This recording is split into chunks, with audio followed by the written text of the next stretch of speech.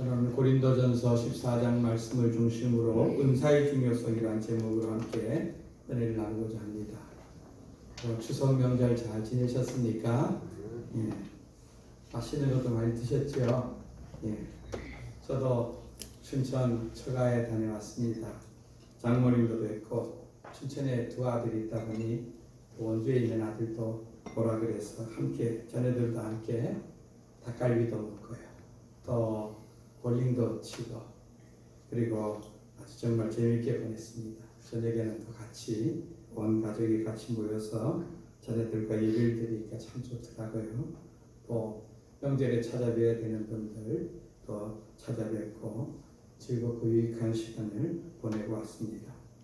명절은 이렇게 가족들을 만나고 또 친척들을 만나고 반가운 분들을 만나는 참 즐거운 날이고 분명하지만 잘못하면 영적으로 느슨해지기 쉽고 탈선하기 쉬운 그런 시간이기도 합니다. 이제 우리는 다시 이제 일상으로 돌아가야 할 시간입니다. 우리 마음을 추스리고 또 정돈해서 다시 달려가기를 소망합니다. 지난주 우리는 고린도전서 13장을 통하여서 사랑의 은사가 얼마나 중요한지 하는 것을 다시 한번 살펴보았습니다. 여러분, 많은 은사가 내게 있다 할지라도 그 속에 사랑이 밑받침되지 않으면은 그것은 아무것도 아니다. 예? 성경에 아무리 산을 옮길 만한 그런 믿음, 몸을 내어주고 불사르고 구제하는 그러한 사랑의 모습이 있다 할지라도 그 속에 진정한 사랑이 행위가 있다 할지라도 사랑이 밑받침되지 않으면은 아무것도 아니고 아무것도 아닌 정도가 아니라 오히려 그것 때문에 그 은사 때문에 교회를 허물고 다른 사람에게 상처 주기 딱 쉽게 되어진다. 이것을 성경에서 말하고 있습니다. 그래서 사랑이라는 것은 다른 사람에 대해서 많이 참아주는 것이다. 견뎌주는 것이다. 그리고 기다려주는 것이다. 그리고 그 사람의 부족하고 연약해도 계속해서 믿어주는 것이다 하는 것을 나누었습니다. 그런데 오늘 고린도전서 14장 1절에는 이렇게 시작됩니다. 1절 말씀 읽어봅니다. 시작. 사랑을 추구하며 신령한 것을 사모하되 특별히 예언을 하려고. 예. 바울은요 계속해서 너희가 사랑을 추구하라 이렇게 권면합니다. 그러면서 그들에게 신령한 것을 뭐하라고요? 사모하라 이렇게 말합니다. 신령한 것이라는 것은 영적인 은사를 말하는 것입니다. 구체적으로 말하면은 오늘 성경의 표현에 의하면은 예언과 방언하는 것을 말하는 것입니다. 여러분, 예언하고 방언하는 것 아주 중요한 영적인 은사입니다. 그러나 사도 바울은 먼저 이 영적인 은사를 너희들이 사모하기 전에 너희들이 먼저 해야 될 것은 사랑을 추구하라. 왜냐하면 어떤 은사보다 더 중요한 것이 사랑이다. 사랑이라는 것이 밑받침이 되어지고 제가 샌드위치라고 말씀했죠. 그죠? 12장과 14장 사이에 사랑장이 들어있어서 이 샌드위치가 맛이 되는 것처럼 은사가 많은 것이 이 사랑이라는 것이 그 가운데 녹아있을 때 그 은사를 은사되게 하고 맛을 내게 하고 그 은사를 통하여서 또 하나님의 영광을 나타내는 이 사랑이 중요하다는 것을 말씀한 것입니다. 여러분, 사랑이 없는 은사가 아무것도 아니라는 말을 오해해서 그러면은 은사는 필요 없다는 그런 것으로 오해해서는 안 되는 것입니다. 여러분, 은사라는 것은요 정말로 중요하고 그걸 잘 활용하면은 우리들의 신앙생활에 너무나 큰 도움이 되는 것입니다. 여러분, 우리 하나님께서 우리에게 주시는 것 중에서 좋지 아니한 것이 무엇이 있겠습니까? 그죠? 하나님의 은사는 하나님이 우리에게 주신 특별한 선물인데 하나님이 좋은 것을 우리에게 주지 않겠습니까? 그런 은사를 받지 못해서 그렇지 받아서 잘만 활용하면은 그것은 나와 우리 교회 자신에게 큰 유익이 될 줄로 믿습니다. 그럼 구체적으로 이 은사가 뭔지에 대해서 오늘 살펴보기를 원합니다. 첫째는 은사는 사모하는 자에게 줍니다. 한번 따라합시다. 은사는 사모하는 자에게 준다. 여러분 1절 말씀 우리 다시 한번 읽어보겠습니다. 시작. 사랑을 추구하며 신령한 것들을 사모하되 특별히 예언을 하려고 하라. 예. 여기 보면은 신령한 것들을 어떻게 하라고요? 사모하라 이렇게 말하고 있습니다. 예? 성경에 나타난 은사는요, 하나님의 은혜를 사모하던 그 현장에 내려진 하나님의 선물임을 알 수가 있습니다. 여러분 성경에서 이 영적인 은사가 공식적으로 교회를 통해 시작된 것이 사도행전에서 찾아볼 수 있는데, 사도행전 2장에 보면은 마가 요한의 다락방에 거기에 약 120여 명의 성도들이 모여 있습니다. 거기에 성령님께서 강하게 임했습니다. 여러분 이때 모인 이 120여 명의 사람들은 대부분이 아니라 거의 모두가 다 예수님을 믿고 따르는 그런 추종자들이었습니다. 거기에는 11명의 제자들을 비롯해서 3년 동안 자기 병 고침과 예수님의 사랑을 입은 자들이 예수님 곁에서 빨래도 해드리고 밥도 해드리고 하면서 예수님의 사역을 돕던 그 갈릴리에서 온 여인들, 그리고 이 11사도는 아니지만 예수님을 이스라엘의 희망으로 알고 믿고 따르던 그런 자들이 전부였던 것입니다. 그들은 예수님과 더불어 예루살렘에 올라올 때, 야, 이번에 우리 예수님께서 예루살렘에 올라가면은 분명히 메시아로 등극할 것이다. 여러분 예수님이 예루살렘에 입성할 때 얼마나 왁작지껄했습니까? 예? 수많은 아이들이 나와서 호산나 다윗의 자손이여, 호산나가 무슨 뜻입니까? 우리를 구원해 주소서. 그들이 말하는 구원은요, 지금 우리가 말하는 하늘나라에 가게 해달라는 영적인 구원을 말하는 것이 아니라 저 우리를 압제하고 있고 지금도 지배하고 있는 로마로부터 우리를 해방시켜서 당신이 다윗의 후손으로 이 땅의 왕이 되어 주시옵소서 하는 그런 간절한 메시아에 대한 그런 바람을 그들은 외쳤던 것입니다. 그런데 그런 기대감을 가지고 예루살렘에 올라왔던 예수님은 왕의 자리에 오르는 것이 아니라 십자가에 높이 달려서 결국 죽고 마셨습니다. 여러분 그들이 가졌던 그 희망이 얼마나 컸습니까? 그런데 하루아침에 그 희망이 절망으로 바뀌었습니다.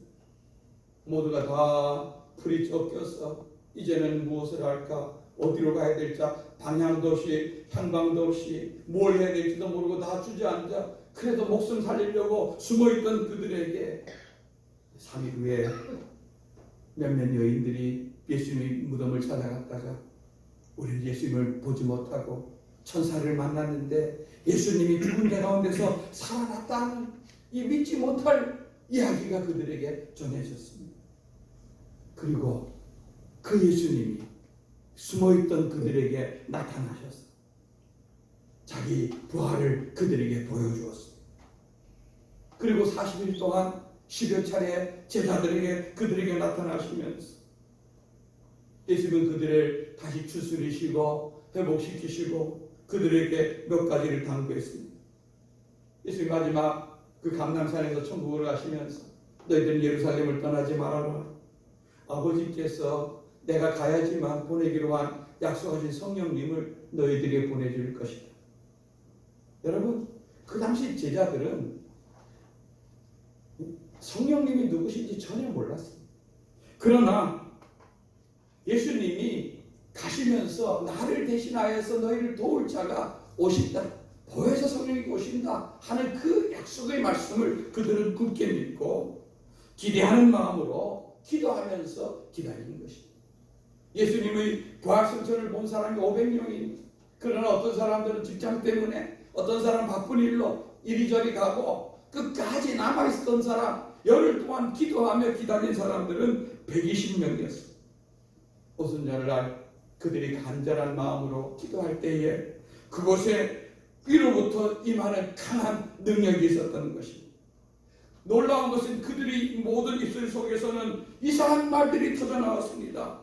여러분 이상한 말만 나온 것이 아니라 그들이 몸에만 변화가 일어나는 것이 아니라 꽁꽁 숨어있던 그들, 죽음이 두려워했던 그들이 문을 박차고 밖으로 뛰어나가서 담대해지기 시작했습니다. 예수님이 복음과 예수님이 죽으심과 부활에 대해서 외치기 시작했습니다. 그런데 놀랍게도 그들의 외침 속에서 여기저기 회개의 역사가 나타나며 가슴을 찢고 옷을 찢고 주님께로 돌아온 역사가 일어나 그날 하루에 3,000명이나 되는 수많은 영혼들이 주님께 돌아와서 교회가 세워지는 놀라운 일이 일어나는 것입니다. 여러분, 이것은 이스라엘, 저 예루살렘에 있었던 일이 아닙니다. 그 뒤에 보면은 가이사랴에 고넬료라고 하는 한 로마 백부장이 있었습니다. 여러분, 그 당시 로마는요, 세계를 군인으로 정복하지, 무력으로 정복하지 않았습니다. 그래서 로마 군인 이러면은 폭력적이고 잔혹하고, 안하무인적인 이런 사람이 대명사였어요. 거기다 이 고넬료는 장교입니다. 100명의 구원을 거두니, 이 작은 유다에서는 강원도 전체를 쉽게 말하면 통치할 수 있는 그러한 영향력을 가지고 있는 그런 사람이었어요. 그러나 그는 군인이었지만 성경에 나타나는 그는 하나님을 경외하는 자였습니다. 이웃을 사랑하는 자였습니다. 그리고 기도하는 믿음의 사람이었고, 유대에 있는 그 지역에 있는 원로들과 장로들과 더불어서 교류하고 신분이 있고 그 백성을 사랑하던 그런 자였습니다.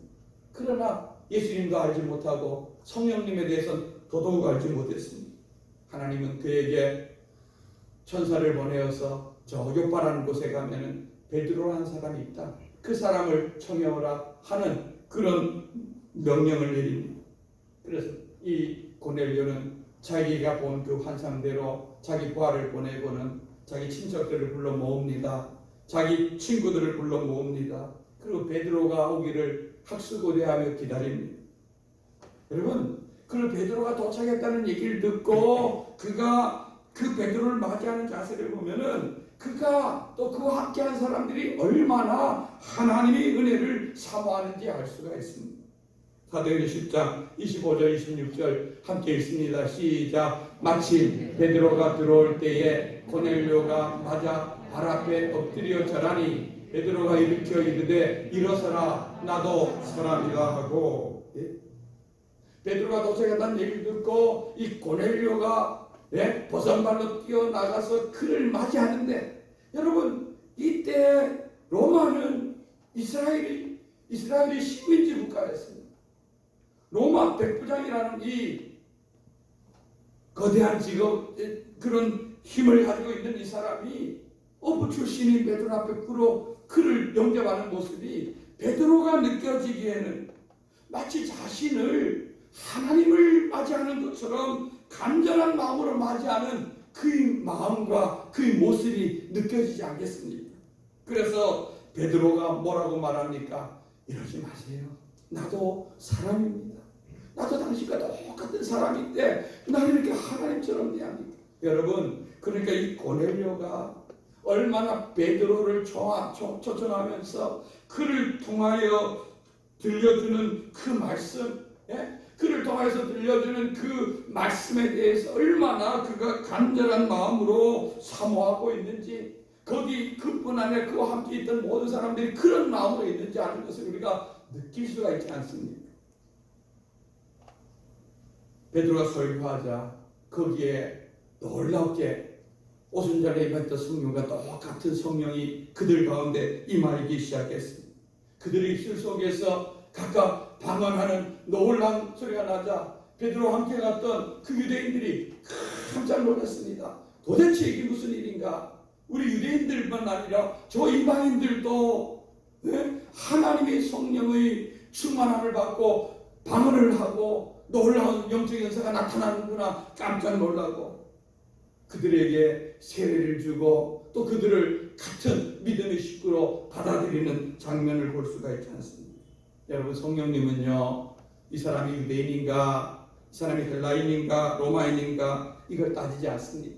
그러나 성령님을 얼마나 사모하느냐, 성령님의 은사를 얼마나 기다리고 그는 간절한 마음으로 있느냐 하는 것을 그는 보시는 것입니다.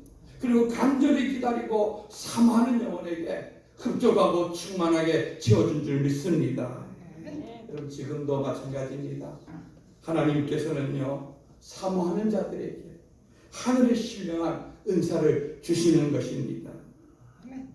우리는 1907년 평양 부흥이라고 하는 대부흥 운동이라는 것을 여러분 여러 번 역사를 통해서 설교를 통해서 많이 들으셨죠. 그때 부흥운동은 정말 큰 부흥운동이었고 그 부흥운동을 통하여서 이 나라가 또 이 교회가 새로워지고 일어나는 그런 계기가 되었던 것입니다. 여러분 그 당시 우리나라의 상태를 한번 보십시오. 나라는 일본에 빼앗겨서 식민지 국가 되었었고 여러분 세계에서 가장 가난하고 헐벗은 그 국민에게 무슨 소마 있게 나라까지 빼앗겨 있는 이때에 스스로 나라를 찾을 수 있는 힘도 없고 이런 때에 그때 그들은 의지하고 기댈 것이 하나님밖에 없었습니다. 물론 소수의 사람들이지만 1%도 안 되는 그런 사람들이지만 그래서 그들은 겨울이 되어지면은 많은 사람들이 그냥 농한기라서 그냥 그들을 먹고 마시고 놀고 즐기고 하는 그런 삶을 살아갈 때 예수 믿는 하나님 믿음의 사람들은 농사일이 바쁜 농사일 끝내면은 등에 먹을 것을 싸들고는 같이 교회에 모여서 말씀 사경회를 하는 것입니다. 말씀 사경회가 그냥 1박 2일, 2박 3일, 3박 4일 이렇게 하는 것이 아니라 한 달, 2달 동안 계속해서 하는 것입니다. 좀 넉넉한 집은요 그 마당에다 솥을 걸어놓고 제 어릴 때도 그랬어요. 어릴 때도 저희 중학교 다닐 때도 이웃교회 궁에 가면은 조금 살림이 넉넉하고 그 마을에서 조금 유력한 사람들은 저희들을 그 집으로 불러다가 밥을 먹여주고 그러면 그 속에서 거기서 일주일 동안 월요일부터 시작한 부흥회가 토요일 새벽까지 끝날 때까지 매 순간순간 말씀 사모하며 또 부흥회 끝나면 산에 가서 기도하고 이렇게 하면서 은혜를 받았던 기억이 있습니다. 여러분 한 달, 2달 동안 모여서 말씀을 읽고 또 선교사님들, 목사님들이 서서 그들에게 하나님의 말씀을 증거하고 할 때에 얼마나 그들이 하나님의 말씀에 대해서 설교를 듣고 기도를 할 때 얼마나 그들이 은혜를 간절히 사모하는 마음이 있겠습니까? 그러한 곳에 성령님께서 강한 성이 임하니까 사람들이 뒤집어지고 그 속에서 회개 역사가 터져나오고 각종 병고침과 놀라운 성령 역사가 강력히 임했던 것입니다. 그렇게 할 때 여러분 영혼들이 주님께로 새로워지고 도와지고 변화되어지고 이렇게 하니까 사람들이 교회로 들어오게 되어지고 그게 한국교회의 발판이었고 그것이 기초가 되어서 1919년 이 땅에 3.1운동이 일어나고 이 나라가 다시 찾게 되어지는 원동력이 되어졌던 것을 볼 수가 있는 것입니다. 근데 오늘날 우리는 얼마나 이 세상의 삶에 분주합니까? 그죠? 은혜 받을 수 있는 그런 마음과 시간, 은혜를 받을 수 있도록 우리들의 시간과 마음을 떼어놓을 수 있는 고넬료와 같이 오순절날 성령님할 때 열흘 동안 기다렸던 그들의 마음과 같이 그럴 마음들과 시간들이 없는 분주한 삶을 살아가고 있습니다. 오늘날 우리는 육적으로는 얼마나 풍성합니까? 정말 우리가 차고 넘쳐서 넘치는 이런 세상에 살고 있지만 그 반면에 우리 영은 점점 이 세상 가운데서 메말라가는 것을 알 수가 있습니다. 여러분 하나님은요 지금도 하나님의 영적인 은혜를 사모하고 하나님의 은혜를 기다리는 자에게 성령의 은사를 주신다는 것을 기억하시고 자꾸 구하여 얻으셔서 풍성함을 누리는 복된 성도들이 되기를 주님의 이름으로 축원드립니다. 두 번째는요 방언의 은사에 대해서 중요성에 대해서 말씀드리겠습니다. 오늘 말씀에 보면은 방언은 그렇게 중요한 것이 아니고 예언을 중요한 은사로 보는 것처럼 말합니다. 여러분 사실 이것은요 이 당시 고린도 교회가 이 방언의 은사를 잘못 활용하여서 질서 가운데 바르게 사용하지 못함으로 말미암아 교회 안에 문제가 되고 그래서 그런 것이지 방언의 은사도 은사 중에서 아주 중요한 은사 중에 하나라는 것을 여러분 기억하시기 바랍니다. 오늘 성경 말씀에도 자세히 보면은 방언의 유익에 대해서 곳곳에서 설명하고 있습니다. 첫째 방언은 하나님과의 비밀 대화인 것입니다. 2절 말씀 한번 읽어봅니다. 시작. 방언을 말하는 자는 사람에게 하지 아니하고 하나님께 하나니 이는 알아듣는 자가 없고 영으로 비밀을 말합니다. 아멘. 예, 방언 기도는 뭐라고 말합니까? 영으로 하는 하나님과 비밀 교제라고 말하고 있습니다. 하나님과 은밀한 대화를 하는 것을 말하는 것입니다. 여러분, 사람들은 방언 옆에서 아무리 많은 방언을 하고 기도를 해도 그것이 무슨 기도하는지 모릅니다. 14절 말씀대로 여기 보면은 방언으로 기도하면 나의 영이 기도하는 것이라 이렇게 표현하고 있지 않습니까? 그러니까 나의 영이 내 속마음을 하나님께 아뢰는 것입니다. 여러분, 우리가 아무리 지각을 가지고 있다 할지라도 내 마음 속에 있는 깊은 고민과 내 필요와 내 모든 것을 우리가 다 알지 못합니다. 그때 그런 사람이 이 방언 기도를 할 수 있으면은 내 영이요, 내 마음 속에 있는 그 간절한 소망을, 기도를 하나님께 올려드리는 것을 말하는 것입니다. 방언이 아닌 우리말로 기도하면은 다른 사람들이 다 내가 하는 기도 내용을 알 수 있기 때문에 굉장히 조심스럽지 않습니까? 그러나 방언 기도를 하면은 아무리 내가 크게 기도해도 알아듣지 못하고 하기 때문에 우리는 훨씬 자유롭게 기도할 수 있고 하나님은 그 모든 기도를 아시는 것입니다. 그러니까 하나님과 내가 비밀 통화를 하는 것과 같은 것이죠.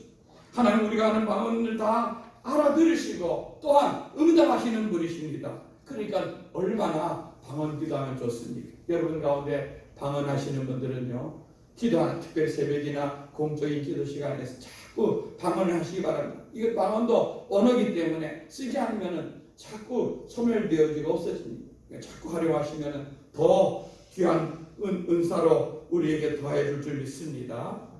두 번째, 방언은 자기 덕을 세우는 기도라고 성경은 말합니다. 4절 말씀 읽어봅니다. 시작. 방언을 말하는 자는 자기 덕을 세우고 예언하는 자는 교회의 덕을 세우나니. 예.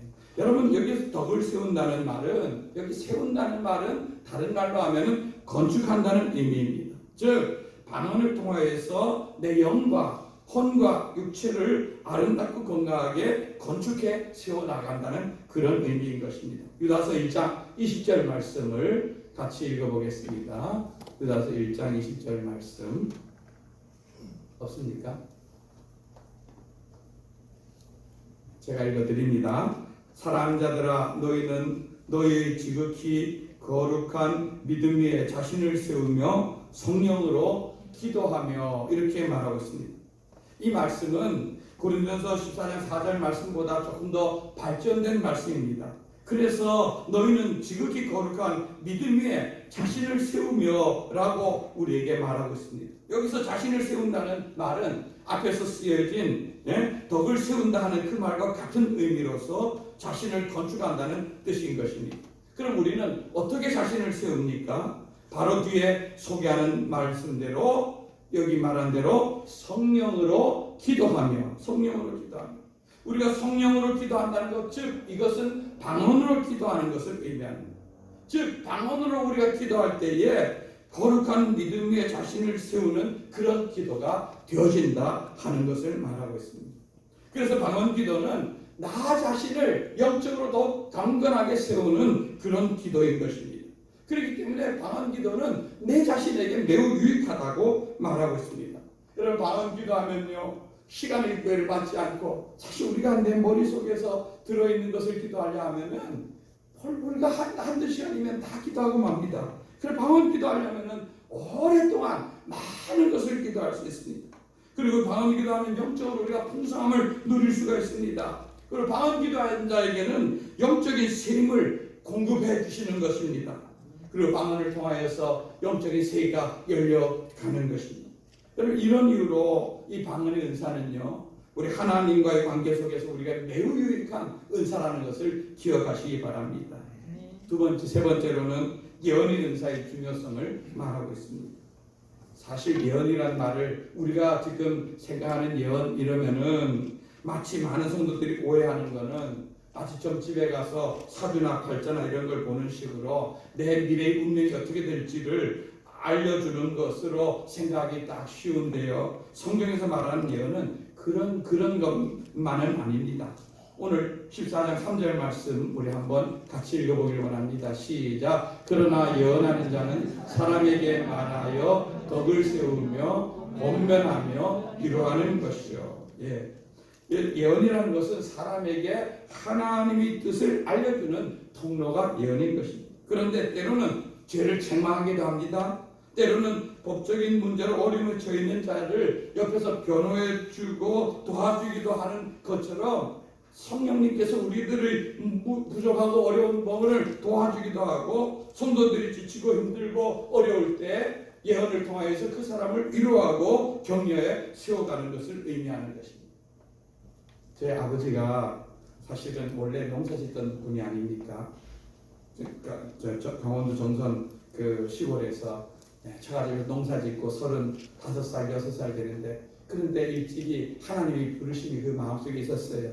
그런데 정선 중앙교회라는 교회에서 정선 역전에 거기에 이제 철도가 들어오게 되어지고 마을이 생기니까 교회를 하나 개척을 해놓고, 시골 교회에 있는 저희 농사 짓고 있는 저희 아버지에게 자꾸 여기 와서 목회하라고, 이 집사는 그냥 농사 짓고 할 사람이 아니라 목회해야지, 하나님이 기뻐하는 일을 해야지, 이렇게 해서 자꾸 불러내는데, 저희 아버지는 농사 짓는 사람이 무슨 목회를 합니까?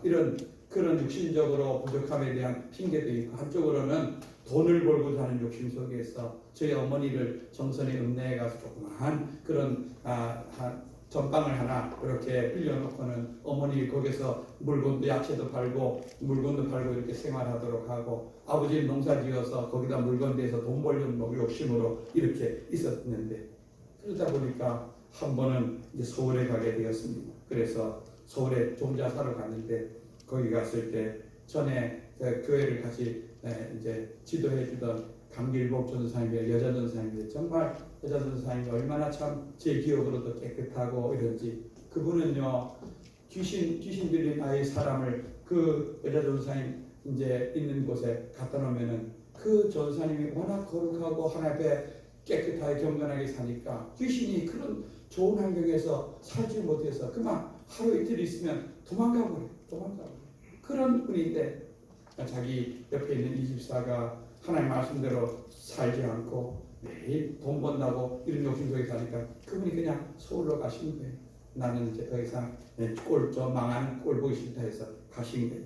그래 가서 거기를 찾아가는데, 이 집사 여기 왔는데 나하고 한번 어디 집회에 가자고 해서 갔는데, 거기에 영락교회 다니는 한 권사님이 기도하는 곳에 한 30-40명 모여서 기도하는 곳에 가셨어요. 여러분, 오늘날도 여기저기서 예언한다, 또 기도원이나 이런 곳에서 예언한다 이런 분들이 있는데요, 사실 오늘날은요 진짜보다 가짜가 훨씬 많습니다. 가짜가 많기 때문에 아무데나 가서 머리 뒤밀고 내에 대해서 좀 알고 이렇게 하다 보면은 잘못하면 큰일 나고 손해보기 쉬우니까요. 이런 거는 영적인 질서를 잘 따라서 목사에게 문의하고 도움을 청해야 돼요.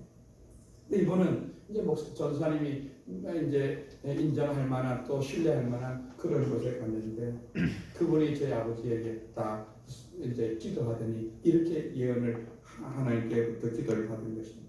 하나님의 사자가 칼을 들고 내 앞에 섰느니라. 지금까지는 경제적인 어려움으로 너를 다스렸지만 돌이키지 아니하면 내 자녀를 칠 것이다.